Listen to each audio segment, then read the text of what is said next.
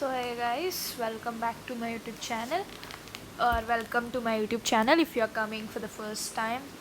So to give you a little recap of what I was doing is like I'll take a topic which my ma'am gives me for Viva. I'll study that, and it's like I'll study and I'll teach at the same time, because it is said that most effective way to understand and to remember is to teach someone who doesn't know the topic while you're studying, as if you should study as if you are explaining someone and you're teaching someone. So yeah, here is my second YouTube video about the topic which I'm going to study.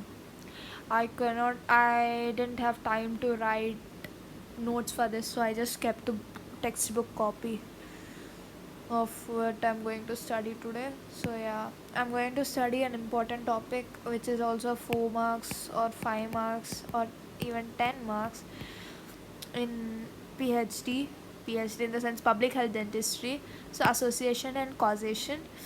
So first of all, we'll see what association and causation. Association is like, first, we'll see line by line. The primary interest of epidemiologist is to establish cause and effect relationship. Technically, cause and effect, as if you've seen in my previous video, I told that cause and effect. What is cause and effect? Cause and effect is like what cause is like risk factors, and effect is like disease. What risk factors causes what diseases is the main relationship that an epidemiologist want to. So had to proceed from demonstrating statistical association to demonstrating that associate in casual, like you have to show a statistical data of risk factors that causes the disease actually. So in that association, first we'll see our topic is like association. Association may be defined as the concurrence of two variables more often that would be expected by chance. An association is said to be exist between two variables where the change in one variable parallels or coincide with the change in other. Association in general terms, if you take what is an association in general terms, association is nothing but it is a dependency. If you take an example of a company who is tying bonds with another company, so it is also called as association. If these two open a market, like if they open like a marketplace where they sell stuff and goods, if these one company is producing example laptops, another is producing laptop covers. If people stop buying laptops, then what is the use? They'll buy laptop covers. So automatically, if laptop sales decreases, laptop covers sales also decreases. So association is explaining that only. Association is defined as the concurrence of two variables more often would be expected by chance. In simple terms, association is said to exist between two variables when a change in one variable parallels or coincides with change in other. If one is changing, the other also will change parallelly or coincide with the change. Okay, this is the term association and relationship are often used interchangeably. Association is also called as covariation or correlation. This is an important one. Association is also called as correlation and covariation. Correlation indicates the degree of association between two characteristics. Correlation indicates degree of association between two characteristics. The correlation coefficient range from minus 1.0 to plus 1. Correlation cannot be used to invoke causation because the sequence of exposure preceding disease cannot be assumed to have occurred. So association does not necessarily imply a causal relationship. So they're technically telling that association is also called as covariation and correlation. Okay, correlation is like they show how much degree of association, like how much these two characteristics are associated with this disease. Like if you take fever and cough, how much these two are related to typhoid, like to what level these are related to typhoid. If you take an example of oral cancer, if you take example of oral cancer, how much tobacco chewing and tobacco smoking, what is this two, like how much association these two have on effect on oral cancer or lung cancer. It is like that. they're telling this is what they're telling about correlation. This correlation coefficient ranges from minus 1.0 to plus 1.0. Correlation cannot be used to invoke causation because sequence of exposure precedent can be assumed to have occurred.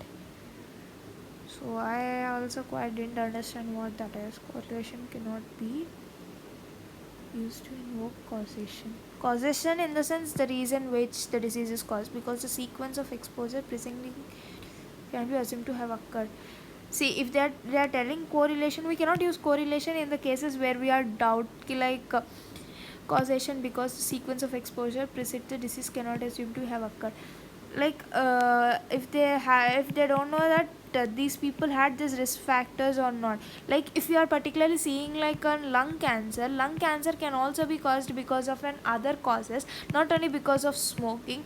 So if you are correlating between smoking and lung cancer, you cannot use correlation if the patient does not have the if patient does not have history of smoking. If the patient does not have history of smoking, you cannot correlate this two factors. You cannot use the term correlation between this. It's like that. And association can be broadly sorry association can be classified into three headings mainly: direct, which is a casual association; indirect association; uh, superiors association. Superiors means false or fake. So direct or casual association, they are divided into two: one on one casual relationship and multifactorial causation. One-on-one causal is a multifactorial causation. Another one is indirect association, other one is superior association, which is false or fake. Direct or casual association is like one-to-one casual relationship. Two variables are considered to be causally related if change in one followed by change in other. It is like you can like understand what it is telling by what it mean, right? Like two variables are considered to be causally related if the change is followed by one and change in other. So if you are seeing in like if you are seeing only if you are seeing uh, oral cancer, if the patient who is having lung cancer has having habit of smoking, so these two are interchanged. If he decreases the level of smoking, he cannot have the effect of like he won't get a lung cancer. It's like two variables considered cause related to change in one followed by change in other. This model suggests that when the factor is present, the disease must result. Conversely, when the disease is present, the factor also must be present. See, lung cancer can be caused because of various reasons. But if lung cancer, if and you are seeing the smoking, so if they tell if person is smoking, he'll get a lung cancer. If there is a lung cancer, the person will be smoking. It's like that. They are telling not relation. And multifactorial causation. Although the ideal disease etiology one-to-one causal relationship does not explain non-communicable disease or condition where etiology is multifactorial. Two models can be used to explain the complex situation. Okay, when we are telling about one-to-one, see, as I told, lung cancer can be caused by various factors. In that, smoking is one. So, although in ideal disease etiology, one-on-one causal does not explain non-communicable disease. Like a person, non-communicable disease, we can take a lung cancer as example, or condition where etiology is multifactorial causes, like multifactorial, where which the condition which occurs due to many other reasons. Two models can explain Two models can explain the complex situation. In first model, alternative causal factors affecting independently may be cause of disease. See, person is smoking, okay, he'll get the lung cancer. The person is having other causes like some tumor he's having.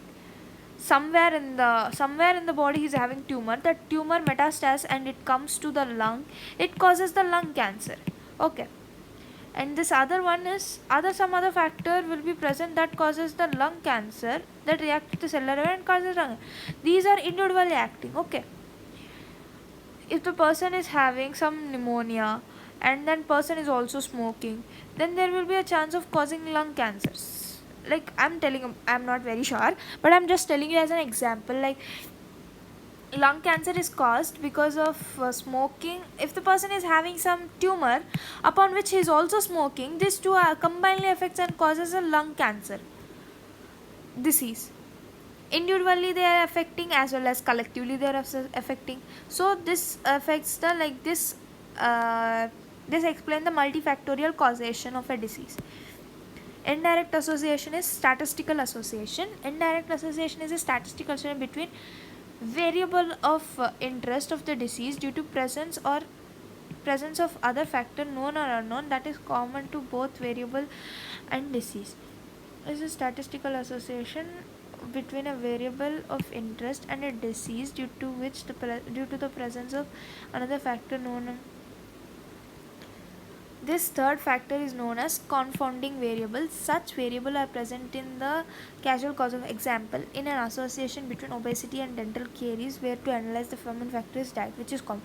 Like if a patient is suffering from two diseases at the same time, let's take here example only. They are telling the patient is having dental caries and the patient is also obese. So what are the common things that confine this to are that person's diet. If the person is taking high sugar, he may get obese, and also he can get dental caries because of his poor oral hygiene, because of he takes more sugar and it gets stuck to the tooth, it causes dental caries. So diet is a common factor.